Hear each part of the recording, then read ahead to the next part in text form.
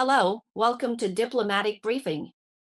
Two Chinese men were attacked in Tokyo, Japan, by four unidentified men in work uniforms, who assaulted them with iron pipes, seriously injuring their heads. They fled. Police are pursuing suspects. This led to a diplomatic dispute. The Chinese embassy in Japan has lodged a stern protest with the Japanese Ministry of Foreign Affairs. According to Japanese media reports, the incident took place near Kanda Station in Chiyoda Ward, Tokyo. The area where the incident occurred has many restaurants and commercial facilities. Local police said that the two Chinese men were attacked at around 9 a.m. on July 31st while walking on the street, when four men, estimated to be in their 20s, suddenly assaulted them, with two of the attackers inflicting head injuries that caused the victims to bleed. The attackers then fled in the direction of Akihabara Station and escaped in a vehicle with a Kansai license plate. According to eyewitnesses, all four suspects were men dressed in work uniforms, presumably to conceal their identities. The victims said they did not know the attackers. The attackers also did not make any demands for money or anything else at the time. The website of the Chinese embassy in Japan has issued a notice, reminding Chinese nationals in Japan to be extra vigilant about their safety. After the attack, the Chinese embassy in Japan immediately reached out to express concern for the injured compatriots, and went to the local police station in charge of the case, demanding that the Japanese authorities take immediate action to apprehend the suspects and severely punish the perpetrators.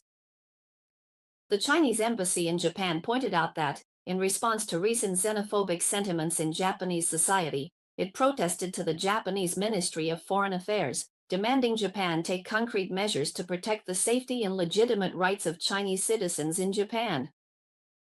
At the same time, the embassy also reminded Chinese citizens and tourists in Japan to remain highly vigilant and strengthen their personal safety precautions. Recently, signs of improvement in China-Japan relations at diplomatic and economic levels include last year's face-to-face meeting between leaders of the two countries, and resumption of various meetings among China, Japan, and South Korea this year. On the economic and trade front, ensuring food safety, China is willing to relax restrictions on import of Japanese aquatic products. However, the political situation within Japan remains highly unstable. The ruling Liberal Democratic Party recently suffered a major defeat in by-elections, with votes shifting to right-wing parties, mainly due to the global political climate associated with Trump's return. Trump imposed heavy tariffs on Japanese products, dealing a significant blow to Japan's pillar industry, automobile manufacturing. Originally, they were already facing the challenge of China overtaking them in the new energy vehicle sector, and now, with increased tariffs in the U.S. market they rely on, a wave of Japan first, exclusionary political forces is rising.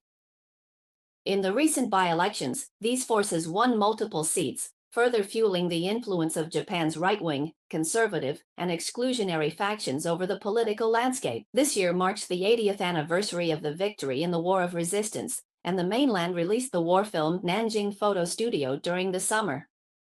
After its release, it was targeted by Japanese right-wing forces. The film has received widespread acclaim from Chinese audiences and has sparked heated discussions. However, a large number of Japanese right-wing media outlets, politicians, and internet users have been spreading fallacies, claiming that the Nanjing massacre is fabricated anti-Japanese propaganda.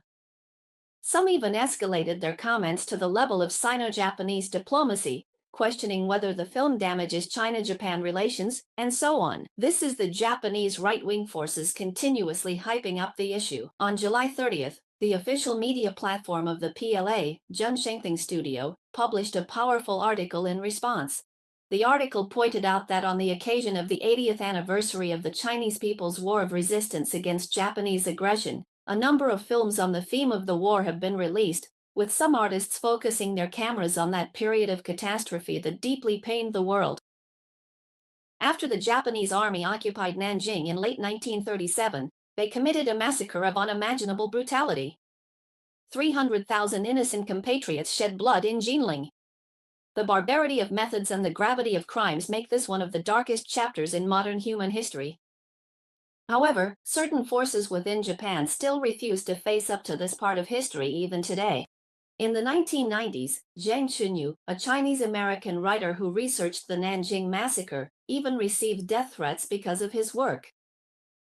Now, more than 80 years have passed, and the number of survivors is dwindling. As Chinese society looks back on this painful past with an attitude of respect for historical facts, there are still people who attempt to distort history and, in turn, falsely accuse China of promoting hatred. The article emphasizes that these people are confusing the root cause, because the seeds of hatred are never sown by remembering the truth, but are instead bred by inhumane massacres and the shameless cover-ups that follow. On the contrary, only by earnestly remembering the historical truth, deeply reflecting, and sincerely repenting can hatred truly be resolved and peace preserved. History is the best textbook, and also the most powerful wake-up call. The reactionary actions of the Japanese right wing back then ultimately brought great disaster to Japan itself and to other Asian countries. The article concludes by pointing out that, with the lessons of the past still fresh, it is hoped that Japan will not repeat the same mistakes in the future. Many historians have long believed that there is a fundamental difference between Japan and Germany in their self-reflection over World War II. Japan has never formally bowed and apologized to the people of Asia, including China, for its history of aggression. Of course, this also involves the geopolitical considerations of the United States, which wanted to use Japan to contain the Soviet Union in the Far East, and now even more so as a bridgehead to counter China in the Asia-Pacific region. Japan has always regarded itself as America's closest ally in Asia, but the reality is that today's United States, especially after Trump's return to the White House, openly extorts its allies without any scruples, siphoning off resources to boost the American economy. On top of that, with China's rise, Japan is facing serious challenges in many of its traditionally strong industries. In the middle of this year, Japanese high-end semiconductor foundry JS Foundry filed for bankruptcy, with debts totaling 16.1 billion yen weighing down like a boulder, marking the complete collapse of this national team enterprise that had only been established for 2.5 years. As Japan's first independent wafer foundry, JS Foundry was established in December 2022, jointly funded by government-backed institutions such as the Development Bank of Japan, DBJ, and its affiliated funds.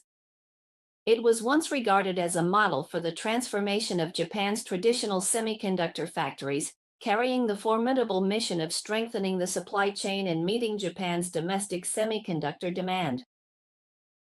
Power semiconductors, also known as power electronic devices or power electronics, are among the most essential components in the electronics industry chain, mainly used for power conversion and circuit control. The products manufactured by JS Foundry are primarily used for regulating power flow and are applied in large-scale electrical equipment such as electric vehicles, household appliances, and trains. On July 31st, several interviewees and analysts pointed out that the root cause of the company's bankruptcy lay with JS Foundry's triple misjudgment regarding sales, the market environment, and Chinese competitors. According to their accounts, JS Foundry has actually struggled to turn a profit ever since its establishment. By the second half of 2023, the already struggling company was hit even harder as domestic demand in Japan for electric vehicles and power semiconductors fell short of expectations. They were unable to secure any large orders. With the termination of their production partnership with ON Semiconductor in the United States, JS Foundry's sales plummeted from 10 billion yen in its founding year to just 2.6 billion yen in 2024, step by step edging closer to collapse. On top of that, after Chinese manufacturers achieved technological breakthroughs and continued to expand production, JS Foundry, lacking competitiveness, found it even harder to expand its market and attract new clients, leading to immediate cash flow problems. JS Foundry's CEO, however, appeared noticeably calm. Japan fell behind in the race to miniaturize logic chips, but we always firmly believed that we still held a global lead in the field of power semiconductors. We never imagined that Chinese technology would catch up so quickly. While global competitors have generally adopted 8-inch wafer production, JS Foundry's only modern factory still uses 6-inch wafers, resulting in low efficiency and making it difficult to attract customers. This factory, with a history of over 40 years, was once highly anticipated to become a model for the revival of aging semiconductor plants. But looking back to October 2024, executives from JS Foundry and their investors had tried to strike a deal with local suppliers for a Chinese home appliance manufacturer, proposing to produce chips for their new air conditioner model, but they were shocked by the prices offered by the Chinese side. Several Chinese companies were able to produce products of the same quality, yet their quoted price per wafer was only 18,000 yen, far lower than JS Foundry's. JS Foundry's price of 40,000 yen. On the eve of bankruptcy, JS Foundry was still trying to grasp at two lifelines. One was the tens of billions of yen in equipment investment subsidies promised by the Japanese central government in Niigata Prefecture. The other was negotiating a partnership with an unheard-of Taiwanese semiconductor company to bring in capital and keep the company afloat. Government subsidies never materialized, and partnership negotiations broke down in April. JS Foundry had no choice but to file for bankruptcy. According to an analysis by Xinhua Finance, in recent years, as Chinese competitors have risen and accelerated their expansion, the global power semiconductor manufacturing industry has begun to undergo a reshuffle. According to data from market research institutions, in 2022, Chinese companies accounted for 3 of the top 10 global silicon carbide power semiconductor suppliers, with a combined market share of 8.8%. Analysts believe that it is now very difficult to lure customers away from China, and without a significant technological advantage, it is simply impossible to achieve this. Japan produces more than 40% of the world's traditional chips. Traditional chips generally refer to semiconductor circuits produced using relatively mature manufacturing processes, and are also known as mature process chips. Meanwhile, JS Foundry's bankruptcy highlights the difficulties in the continued development of mature technologies. Faced with Chinese companies improving their capacity, technology, and cost competitiveness, Japan's electronics industry has previously fallen into trouble in areas like LCD panels and batteries due to underestimating emerging rivals. Now, the semiconductor industry is facing the same kind of challenge. A former executive of JS Foundry expressed deep concern, saying that if things continue this way, the remaining old semiconductor factories in Japan will also increasingly go bankrupt. To sum up, China and Japan could have been good neighbors, complementing each other's strengths and weaknesses. But because the US wants to compete with China and has pulled Japan into it, the result has been to push China to accelerate innovation to guard against blockades. Before achieving goal of suppressing China, the US has already